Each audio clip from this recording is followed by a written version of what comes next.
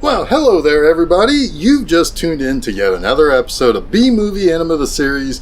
I'm your friendly neighborhood enema man, Jeff Arbuckle. I'm joined by my trusty partner in all this goofiness, Nurse Disembodied. Nurse, how's it going over there? You know. Uh-oh, it sounds like you're having some troubles over there. So what's bugging you? Jeff, I feel like this show has been missing something. Oh? Well, I mean, there's you, there's me, there's this fairly lackluster set that is in no way just the living room of my apartment.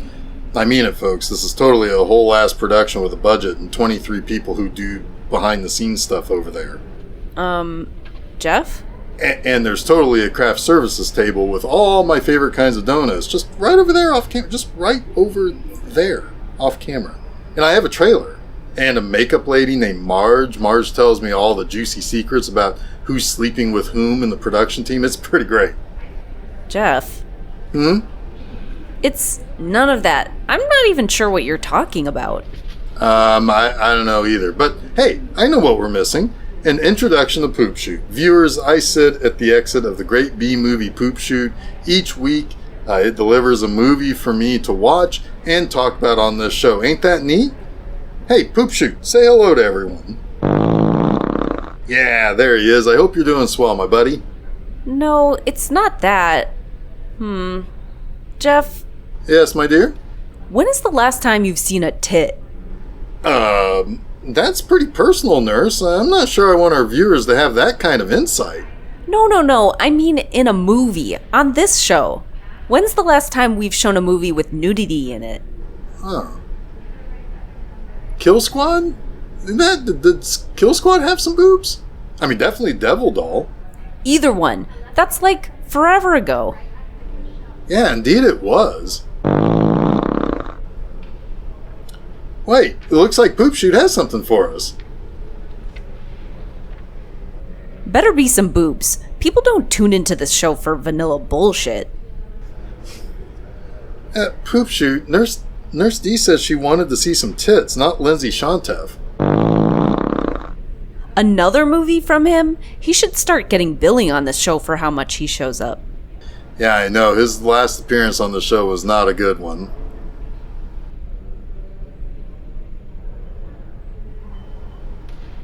Oh, yeah. But this one has to be better, right? Well, I suppose we gotta find out. This week, we've got the 1969 psychosexual thriller Night After Night After Night. Psychosexual thriller? Score! Indeed. So, we know Lindsay Shantef. As I explained weeks ago, he was a Canadian filmmaker who followed his friend Sidney J. Furie to the UK to get into filmmaking. Now, when Furie dropped out of making Devil Doll, Shantef would fill in and his career would go on for another 35 years. In 1969, Shantef would make Night After Night After Night, but be credited as Louis J. Force. Now, I'm not entirely sure why he went with the pseudonym, but here we are. The movie was written by another person under a pen name, Dale Ambler. Born Betty Mabel Lillian Williams in 1919, Ambler began writing pulp novels under the name Danny Spade after a career as a journalist on London's Fleet Street. She began cranking out a book pretty much every month, and it wasn't long before she began using the Dale Ambler name as well. Now, she wrote exactly 4 screenplays. Night After Night After Night is the 4th and final one. While her career as a novelist seemed to play heavily into pulp noir-style crime thrillers, her work in film was split right down the middle between teen exploitation and harder-edged thrillers. Now, if I had to guess, the pseudonyms she used were likely due to her being a woman and the genres that she dabbled in, especially the thriller-type stuff. I don't know if this was really the case, but she probably had to sell that under a different name, but I might be jumping to a conclusion that isn't exactly accurate. But it seems to be that it would be a bit uncouth back then to have had a woman writing movies like this or books called like The Virgin Collector.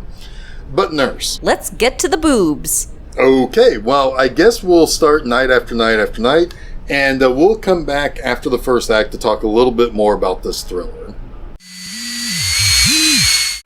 They weren't messing around. Boobs, stabbing, all this in the first few minutes of the movie. And, audience, whenever that guy said something about naked birds, this is what I was thinking of. And there we have it. Our slump has been lifted. Indeed, it's good to get back to some sleazy stuff. Yeah, this is a movie that progressively gets sleazier and sleazier. Honestly, that should be relatively shocking to everyone.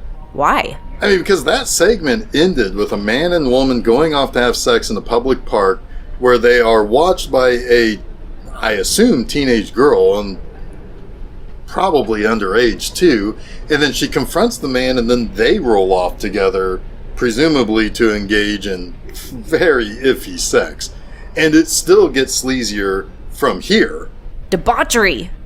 Maybe don't be too excited about that. There are really two sides to this movie.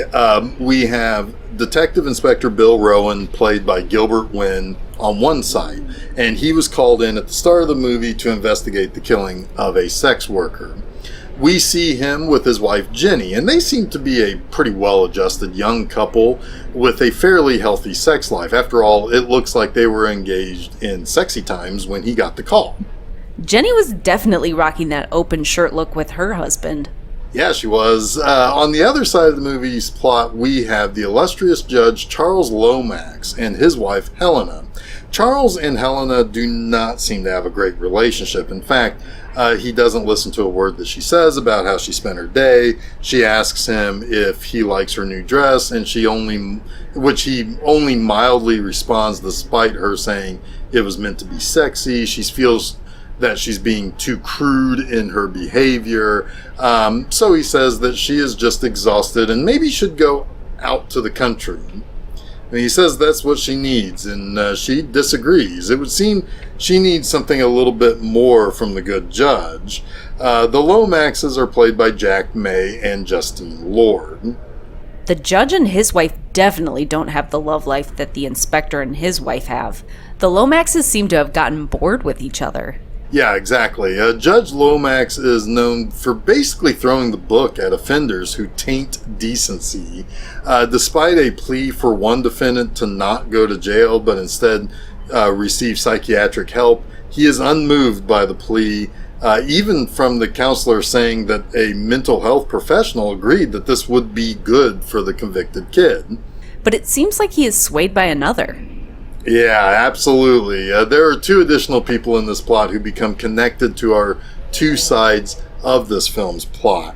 The guy you just mentioned, Nurse, is a man who works for the judge named Carter. Now, Carter is a hardline social conservative. He believes the degradation of society is entirely the fault of women. Women dress sexily and drive men to commit terrible acts. Yeah, we're just out here half-dressed and asking for it. Well, I mean, after all, you women folk must have everything you want. Contraception, national health care. And our most diabolical request of them all, we want orange juice. Gosh, everything for nothing, I'll tell you what. So from the judge's side of the fence, Carter here sure does seem like someone who you might want to look at as a possible suspect for the murders. He clearly has a very skewed opinion of society, women's place in that society, and I guess orange juice and how women once said orange juice. I feel like if that guy was around today, he'd be doing very well on YouTube. Sadly, you're probably right. Now, on our good inspector side of the plot, we have Peter Laver. Now, Laver is a rapist. He's been arrested and held by the police for questioning. He's picked up a girl who he has no idea what her name was. He banged her, told her to get lost, and he says he just went home. Laver taunts Rowan by saying he ponders if Rowan's wife ever gets lonely with the hours that he keeps. So we've got ourselves a pair of maladjusted people who we're to keep an eye on as this movie continues. I find this movie to be kind of surprisingly horny. And I'll have more to say about that later, but like with Shanteff's Devil Doll that we watched earlier this year, there are sexual elements in this movie that are surprising to see in a British production. As I tried to figure out how to discuss this element of the movie, I thought that maybe I could just go straight to the whole, well, the British are too stuffy to know anything about sex or sexuality or sensuality argument. That would be somewhat reductive. After all, the Brits made all those Hammer horror films that had just about all the cleavage and obvious allusions to sex with the Dracula pictures, while the Americans were desperately trying to hold back the tides of sexual freedom in the earlier parts of the 60s. But both Devil Doll and Night After Night After Night, and to a certain extent the second best secret agent in the whole wide world, the less I talk about that, the better. Anyway, these movies have characters of a certain stature or position of power or authority that are dealing with very kind of lecherous scourges. Devil Doll had a hypnotist who wanted to manipulate people via charisma and something of a sexual magnetism to get what he wanted. In this movie, we have sex workers getting killed by a slasher. It's like another Jack the Ripper movie. Yeah, it is. Jack the Ripper also dealt with more sexual themes in terms of his victims and the things he did to the bodies of sex workers. Anyway, I do want to talk about our two ladies in this movie. Justine Lord, playing Helena Lomax, was a minor star on TV and movies. She got started on stage before getting a chance to appear on British TV. This would be actually her final film role, but she continued appearing on TV regularly until the late 70s, and her final appearance in anything was for an episode of the cult classic counterculture series, The Young Ones. Jenny Rowan is played by Linda Marlowe. Marlowe was born in Australia to British parents. They moved back to the UK when she was 10. Her career began in 1955 in the TV movie Remember Jane at the age of 15, and that kicked off a nearly 70-year career, and she's racked up over 100 credits in that career. She mostly appeared on TV, but also had a few movie roles in there. One that I definitely have seen is the pretty bad Hellraiser Deader. That was one of the sequels, which began as a different movie, but then had Hellraiser stuff crammed into it to get it made and released. But I think we should get back to the movie. Nurse, if you're wanting more horny boobs and stuff, hold on to your butts, because it's about to kick into overdrive. Oh yeah, let's get to it. Wow, things really ramped up in this past segment. Yeah, it did. So to recap, the segment starts with Carter at the strip club. And by the way, Nurse, did you notice that stripper was wearing 2 pairs of panties? Oh yeah, you gotta have panties for your panties. I never knew that. And now you do. Knowing is half the battle. Sure is. But anyway, just after we see Carter getting all worked up at the titty club, our lovely Jenny, while her husband's away doing police work, gets attacked in her own bathroom as she's running a bath for herself and is killed. This gives Detective Bill all the reason in the world to track down and find the killer. Unfortunately, he's being driven hard to believe that it's Peter Laver. Is Laver a bad guy? Undoubtedly. Did he say something that could give Bill the reason to think that he would attack his wife? Sure. However, Bill is going out of his way to follow Laver and really kind of impedes on Laver's rights in doing so. Still, he's arrested for the murders of the sex workers and for Jenny. There are so many weirdo guys and misogynists in this movie. I wouldn't be surprised if any or all of them have killed women. Oh, definitely. But Carter is caught by Lomax reading a nudie mag at the office, and Lomax is getting kind of weird in court. He keeps going on and on about protecting society. He comes home acting weird and looking sick and all sweaty and stuff. He then throws the book at a prostitute. Even the solicitors begin to think that something is seriously wrong with Lomax. And someone has a nudie picture room. Somebody does indeed. Let's talk about some of our leading stars. Gilbert Wynne is our Detective Inspector Bill Rowan. Now, Wynne has worked consistently for 60 years, but it's not what you would think.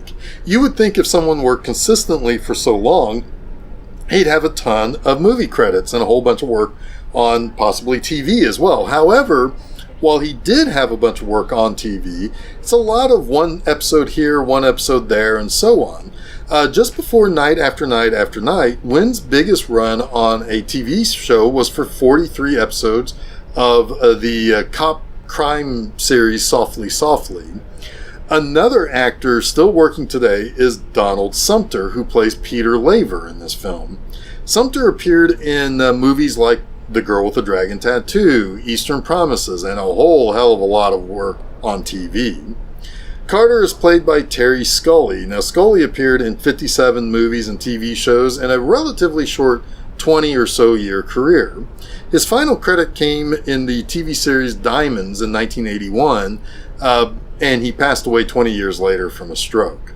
The big star of this movie and the anchor in the cast is Jack May. May had 165 appearances in TV series and movies across a 50-year career. The most recognizable listings on his filmography were roles in John Huston's The Man Who Would Be King, 1984's The Bounty starring Mel Gibson and Anthony Hopkins, and the 1976 Sherlock Holmes movie The 7% Solution. What's more, May also did a whole bunch of voices across 43 episodes of the British cartoon Count Duckula, which ran from 1988 to 1993. A duck? That's a Dracula? Oh yeah, I mean, I feel like it got some play here in America on TV. I don't remember where I think it was, or at least for a while, I think maybe only one of the seasons played over here. But I feel like you could probably find all the episodes you could possibly want in the day of streaming entertainment. I kind of feel like I need to see this cartoon about a duck Dracula. Oh, that would be a much better use of your time than watching Duck Dynasty. Oh yeah, Dracula's all the way. For sure. Now, one thing I started to realize while I was looking up information about the cast is that a large portion of this cast appeared on Doctor Who. So, Nurse. What's up? Are you ready to hear all the connections to Doctor Who the cast of this movie has? Do I have a choice? Not really. Then I guess I'm ready. That's the spirit. Alright, let's start light and build up to the most intertwined, if you will. First up, Linda Marlowe did audio work for the books on tape of the Third Doctor Adventures, the Lost Stories, and the Monthly Adventures podcast. Simon Lack appeared in an episode of The Mind of Evil and 4 episodes of The Androids of Terra. Bernard High appeared in an episode of The Web of Fear and an episode of Terror of the Zygons. Gilbert Wynne appeared in 4 episodes of The Crotons. Terry Scully appeared in 5 episodes of The Seeds of Death. Jack May appeared in 6 episodes of The Space Pirates. But here come the big contributors. Peter Forbes Robertson appeared in 4 episodes of The Power of the Daleks, 2 episodes of The Sea Devils, and an episode of Colony in Space. Donald Sumter also appeared in 3 episodes of The Sea Devils, but also 6 episodes of The Wheel in Space, a couple of episodes of The Sarah Jane Adventures, and most recently of all these actors, he appeared as the president of Gallifrey in the Peter Capaldi 12th Doctor episode Hellbent. But the big champ of all is Roy Skelton. Roy Skelton did some on-screen stuff in various episodes, but he's best known for his voice work. Most notably, he did voices of Daleks and the Cybermen. In fact, he was the first voice of the Cybermen. In all, Skelton appeared or was heard in 16 different serials. His picture on the Wikipedia page for his life and career highlights is from his on-screen performance in the Third Doctor serial, The Green Death. According to that Wikipedia article, his first on-screen role was in The Colony in Space, also during the Third Doctor era. But apparently when he had to warn of killer lizards, he couldn't stop laughing during the rehearsals for that scene. But without a doubt, though, his portrayal of the Cybermen in their first appearance in the First Doctor's final serial, The 10th Planet, is pretty unsettling. It's a version of the baddies that look and feel like nothing they would become or be today, but holy cow, the way they talked in that is really, really eerie. Alright, I think we need to finish this business. Pretty much the whole of the final act is one big roller coaster ride. So let's get into it and do that thing. Golly, Jeff. Yes, nurse? I said I wanted something more naughty and... wow. Yeah. Yeah. Yeah. I gotta give this movie credit for something. What's that? Well, the first half of the movie or so set up all these characters and tried to settle on who would be this kind of Ripper character, right? Like I said earlier, just about every guy in the movie was just the worst. It was a smorgasbord of potential suspects. Yep, but those things seemed to transition heavily to the judge. Lomax was becoming more and more obviously disturbed as he was going about the business of the law. He was throwing the book at people who probably didn't deserve it. He was overly cruel and harsh on how he talked to people. He was coming home sweaty and in a state of hysteria. So because of that, the movie did a great job of not making us wait around for the reveal that he was indeed the Ripper. Yeah, he even had a weirdo sex dungeon. What? I don't think he ever used that for sex. I mean, he had a sex dungeon, but he just had nudie pics hanging on the wall that he would, lick, and he had S&M stuff, but I don't think it was a room that was used beyond driving him crazy. Agreed. Although I guess considering how obviously horny his wife was, it could have been, I guess it could have been their sex room, but I don't know. I mean, Lomax would cross-dress, and he generally seemed like one of those guys who can't even look at the underwear section of a Walmart before he started getting overly sexed up and instantly thinking all women are whores. Yeah, plus he liked to prowl London in an all-leather outfit. I'm guessing he had a horrible swamp ass. Oh, the swampiest of asses. Ew. Blah. Anyway, nurse, dare to give your final review of Night After Night After Night? You got it, Jeff. Night After Night After Night is just what the nurse ordered. It's depraved. It's sometimes kind of kinky. It's people being gross sex weirdos and boobs. Like, all over the place. I love that the posters for this movie kind of look like old porno posters, but I love the text on the poster. One of them says, "Savage, sensational," and that one even tells people to be warned. Another has the title, and then under it it says, "Until you could almost set your watch by it." And then another VHS box goes one step further by saying, "He kills night after night after night until you could almost set your watch by it." This is a pretty sleazy classic if you ask me. I'm a little let down by the ending. We have the sweaty judge just going around town in his swamp-ass outfit, and then he asks the cops to help him before he gets sniped. I could have gone for him surviving and then have a whole psychedelic sequel of big-breasted women seeking revenge on him and smothering him with their giant boobs. Oh, don't tell me you wouldn't watch that movie. Damn straight. Anyway, I gotta give Night After Night After Night 4.5 poops out of 5. I agree that this is a pretty interesting movie. I think it's probably the most interesting of the 3 Lindsay Shantef movies we watched this season. Devil Doll was a slick thriller that used mood and camera angles and a pretty darn good performance by the main bad guy to give it an attitude.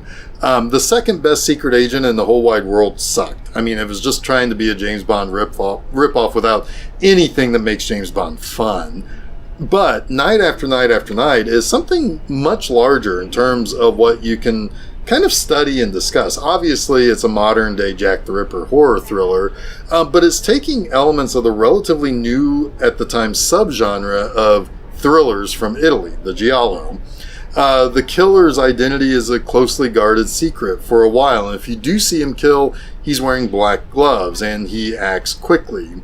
While it is kind of giallo adjacent, this is also very British. The sleaze and the attitude of this movie come from a cultural shift happening in a lot of Western countries at the time.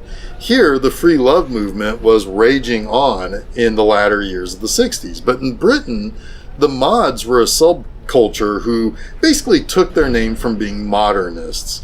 The movement began in the 50s. When we think of British fashion and the way most of the younger generation talked and acted. This is what the typical mod would probably be, at least it's the stereotype. It was the cosmopolitan mods that would inspire the swinging London era. British exploitation films of the era would focus on the swinging London period and the subcultures of the mods and the rockers as their victims and the groups causing all the troubles. It was a time of a lot of change across the world, and older generations, as represented by Judge Lomax and the Shifty Carter, were fearful of the seemingly far more liberal mindset that came with that change. So the idea of having a Jack the Ripper-like character striking out against the sexually liberated mods of London is kind of a great idea.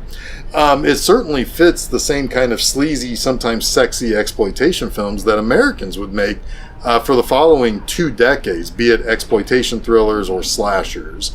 What's really interesting, too, is that Detective Bill and his wife Jenny were also basically mods. While Bill is certainly an agent of the system, he and his wife seem to live a more cosmopolitan mod lifestyle.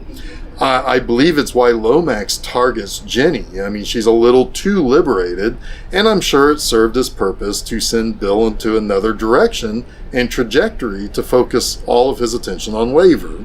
Laver himself is an example of a bad apple within the mod subculture where he takes advantage of the liberated women and rapes them. It's not a movie for everyone. It is relatively mean-spirited, and there aren't really any characters to especially like. I mean, I guess Jenny would have been the one character to like the most, but she's killed early. It's a tougher movie, and it's grimy, and it's sleazy. But I also think that's what kind of makes it interesting when juxtaposed to the era in London. I will also say that, this is a pretty good example of an early precursor to the slasher film. Halloween is 9 years away, and the entire subgenre that should really be credited more to Friday the 13th is 11 years away from Night After Night After Night's release, and that's the slasher. While American movies would lean more into to that visceral style of exploitation thrillers, like in the 70s, like with Texas Chainsaw Massacre, Night After Night After Night is much closer to a true slasher. Using Giallo and Jack the Ripper as a starting point, it's definitely up there in that proto-slasher category of movies that would later appear and take over the thriller and horror genre, not just in America, but also in Britain, too. But I don't think there's much more to say about Night After Night After Night. What about you, Nurse? Anything to add? I like that one IMDb review of this movie used the word shag nasty. I'm going to start using that in my everyday vocabulary. You do that. Anything else? Only that this was one hell of a shag nasty movie and episode, Jeff. There it is. So, on behalf of Nurse Disembody and the great B-Movie Poop Shoot, I'm Jeff Arbuckle, bidding you a lovely evening, and we'll see you again soon. Shag nasty!